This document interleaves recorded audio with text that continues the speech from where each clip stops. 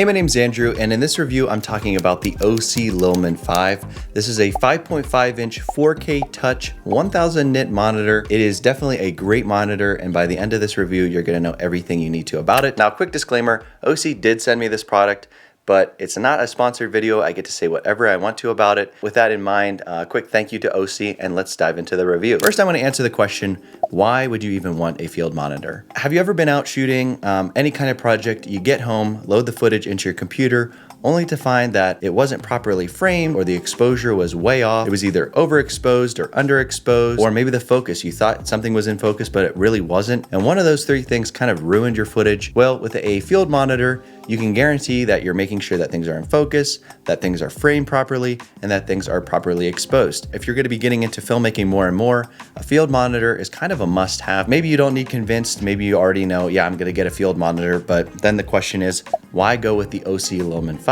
So let's jump into some of the features that make this specific monitor a really good option. So the first feature is a pretty big one. It's actually a very affordable monitor. Some monitors on the low end are $100 to $200, and on the high end are $500, $600 plus dollars. So definitely an expensive accessory, and this monitor is coming in at $189. So it's definitely on the more affordable side. I know $189 does sound like a lot of money to some people, but when you take in the fact that there are other monitors for double, triple the price, this one becomes a much more reasonable option.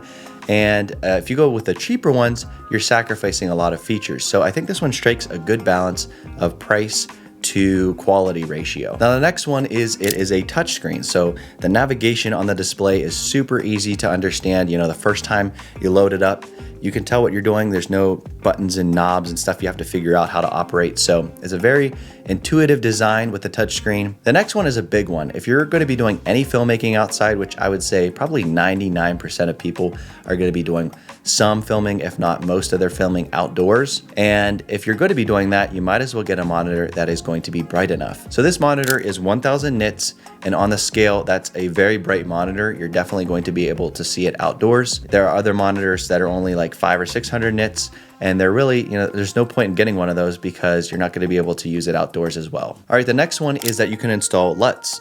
Right now, I'm not shooting anything in log, but eventually I will probably upgrade to a camera that has that capabilities. And when I do, I will be able to load my LUTs into this monitor via an SD card.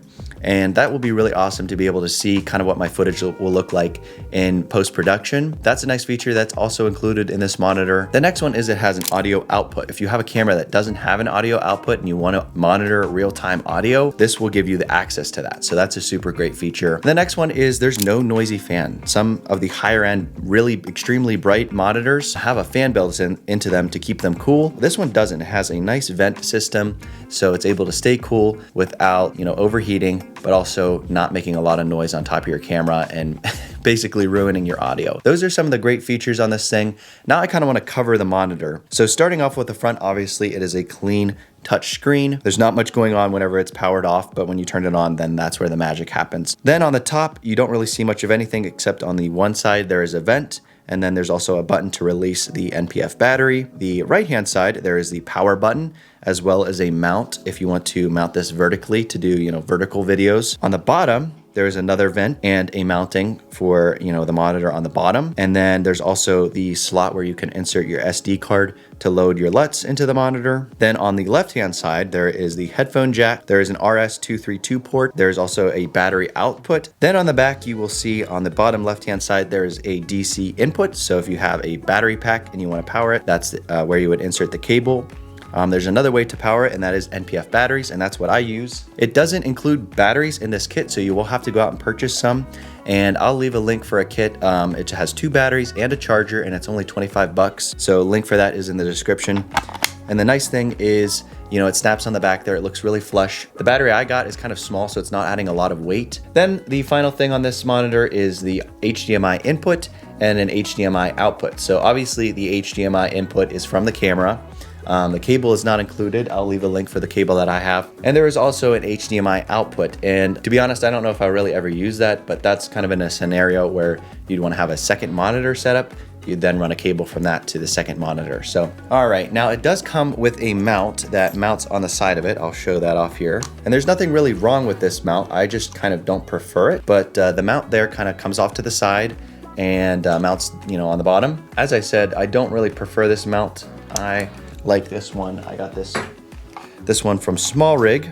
So this one mounts on the bottom. I think it has a much cleaner look. So I'll leave a link for this one in the description as well. So now let me show you how this thing works. Obviously, you hit the button on the side, powered on, and then just like that, you turn your camera on and it will be displaying what the camera is seeing. But some of my favorite features of this monitor, I could go into depth of all the features, but I like to just talk about the ones that are most applicable to me. So the one being AMF peaking. So if I'm going to be doing any manual focus, it'll show that really easily, and I can turn it on and off with just a touch of a button.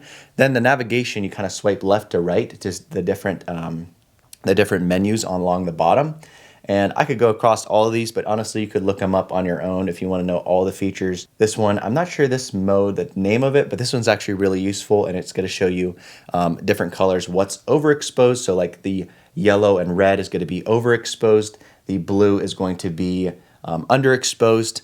And the green is kind of like what's properly exposed. There's also going to be a lot of like graphs, so you can make sure things are framed properly. So that's really nice as well. I do use those a good bit. But as far as the monitor, my favorite thing about it is just the fact that it's a monitor. It's bright enough that you can use it outdoors.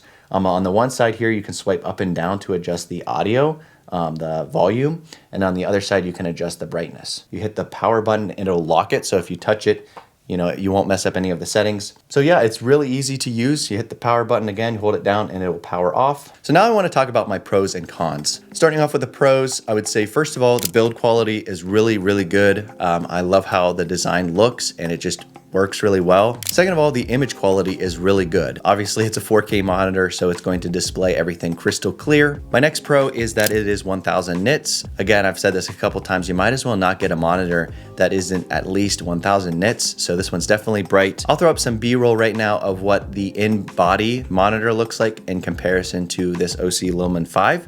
And you can definitely tell it's a much brighter display and obviously a much bigger display. And the last one is that I think it struck a good balance between, it's not a tiny monitor, but it's also not big, bulky, and heavy. So I feel like the size, the layout, everything about it just feels really well built. Now, my only two cons aren't really cons. I mean, the first one is that the battery's not included and the cable's not included. When I first got it, I was like, oh, I guess I can't use it. I better order some cables and a battery. So just keep that in mind when you get it. The batteries and cable aren't included. The other one is that I wish there was some way that the camera and the monitor could communicate that you could tap on the screen for focus. I've had to just use the focus button on the back of my camera, but it would be nice also if there was some kind of ability to touch the screen for focus. But that is it for this review. If it was helpful, drop a like. And if you have any comments or questions at all, leave them in the comments section below and I'll get right back to you.